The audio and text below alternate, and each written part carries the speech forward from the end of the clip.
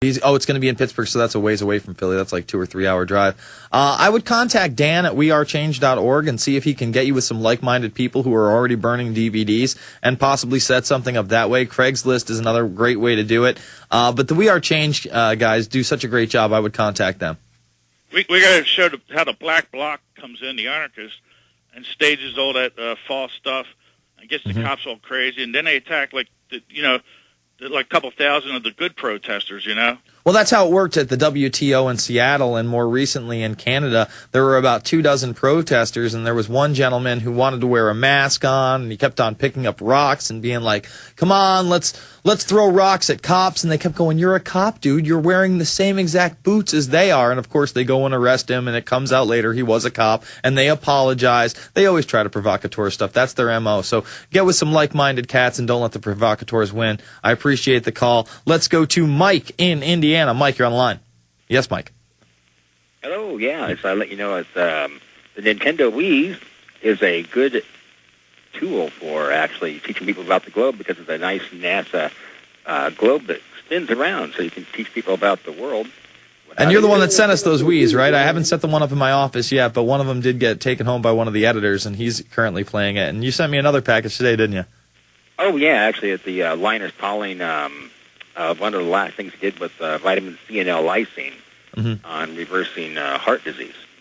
I'm going to check it out. I just hope there's no rat poison in it, my friend. I doubt it. I'm joking. I kid. Oh, yeah, well, it's non-GMO vitamin C, so it's definitely Al-Qaeda. It has to be Al-Qaeda. Oh, yeah, it's also non-GMO L-lysine. But what I also did today, though, is that I sent Senator Tom Harkin here in Iowa, I sent him 15 different DVDs, Fabled Enemies and Loose Change Final Cut, and also In the Fed T-shirt, because he needs to co-sponsor the Senate Bill 604, because there's only 2 signed on so far with the In the Fed for the Senate. And when does that get voted on, by the way? Because it has enough sponsors to go to committee. Is that going to go to committee soon? What's the deal on 1207? Well, that's the different one. That's the HR. That's the House. That's got over 236 or so, and that can be at any time. But the one for the Senate, though, only has 2 out of the 100 senators. Oh, so they're going to... Okay, so this is how it works. The senators are going to sponsor it as well. I thought it went to committee first, and then once it goes through Congress, it goes to the senators to sponsor, but they can sponsor it beforehand. Right. Well, the Senate is still in its embryonic state, and Tom Harkin or Tom Grassley or Tom Harkin haven't made any mention of it at all. But what I'm doing is, I'm sending all the... I ordered the... DVDs and the T-shirt, in the Fed, and have it sent to Tom Harkin's Des Moines office, where I'm at now. I used to work for Nintendo for 18 years, and then I retired early to cash in my 401k before things crashed in 2007 in October, and took that to fight the Infowar. Smart man. So I've been doing hundreds and hundreds of loose change Final Cuts, and also, the Fabled Enemies is, a masterpiece. Well, thank you. You can't really, what do you think about that caller, the guy coming in? I mean, he calls up and he says Glenn Beck's a real patriot, and then he toes the party line that there's incompetence due to 9/11 and nothing else, but he doesn't seem to know about any of the real issues, does he? Well, it's denial. It's basically, it's the idea. It's kind of like, you get the Nintendo Wii where you play the video game, and you're into the video game, but you never check out the NASA weather map and the AP stories where you can spin the globe and actually check that in Iraq it can be 140 degrees in the summer. They never check on that. And so you tell them it's 140 degrees in Baghdad sometimes, and they go like, no, it isn't. There's like Zelda when you can buy it, and you go to level 7, where I got this monster that says, grumble, grumble, what do I do? And you say, well, dude, you give it some monster bait, it's the bait that you give in level 7, and anybody knows that. And I mean, it's just it's the mindset they can't get out of Zelda and go to the real world.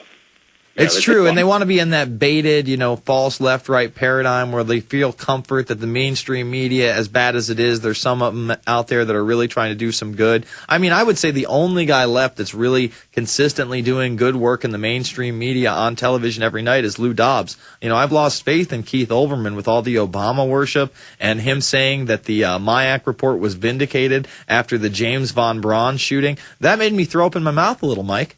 Oh, yeah, well, Keith, he should have probably stayed in sports. I mean, he's trying to become the new Hunter Thompson, but Hunter Thompson could do sports and politics, no problem. Sat in the back seat with Richard Nixon, talk football. As Nixon said, please, just don't talk about politics. Well, they're talking about the Redskins and things like that, dude. Okay, we can do that because they both had an addiction to football. And but Keith Olbermann probably, he's a really good sports guy. He was a really, and I'm a Sports Center kind of guy. I thank you for the call, Mike. I want to like Olbermann, but when he says that the DHS's best work are those Fusion Center reports and the MIAC reports and the one warning about anti-illegal immigration activists or anti-technology activists or hacktivists or people who are patriots or constitutionalists, or if you have a Ron Paul bumper sticker, or if you like the phrase "don't tread on me," or if you're handing out Zeitgeist in America, freedom to fascism, you hate America, you're willing to work with white supremacists and Al-Qaeda to bring this country down. You'll do anything to bring it down. And then he gets up on air and he starts tearing up. He's Glenn Beck, and he's just Tearsy McTear. And then he'll go, oh, it was GQ. It wasn't Esquire. See, I'm saying GQ this whole time, or Esquire this whole time, and it's GQ. Look at him. I mean, folks, I wouldn't have to put anything in my eyes to get that terrible shot. I mean, it looks like he's having a bad poopsie McStigger. Back after this, it's the Infowarrior with Jason Bermas, www.theinfowarrior.com. All right, let's continue to go to your calls here. And then on the other side, I'll hit up these other news articles here. I mean, it's incredible to me that the economy is in the dumps and that iPhone 3GS does as well as it does. I mean, let's cover this really quick, and let's see what I can fit in here.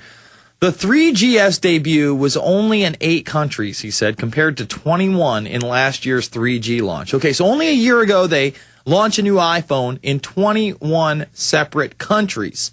Now, the 3GS only goes to 8 countries. That's roughly a third. It's a little less than a third of that, okay? The 1 million 3GS phones sold were an impressive number compared with the 1 million they sold in the first weekend last year across 21 countries. So it took 3 days, I guess, for them to sell the 1 million of the 3GS, 2 days to sell 1 million in 21 countries. But again, they only released it into a third of the countries. It shows that iPhone momentum remains strong. Now check this out. Remember how we tell you that Walmart's doing well? Apparently Apple's doing just fine too. Shares of Apple have risen more than 60% this year. Let me say that again. Shares of Apple have risen more than 60% this year as investors grow more comfortable with the executive bench beyond Jobs. People love their iPhones, folks. Forget about it. It's iPhone country here. I mean, we are iPhoners. All right. Let's go to Robert in Georgia. Robert, you're on the line. Hey, how's it going, Jason? All right. Man, that is hysterical. Y'all playing the Beck balling.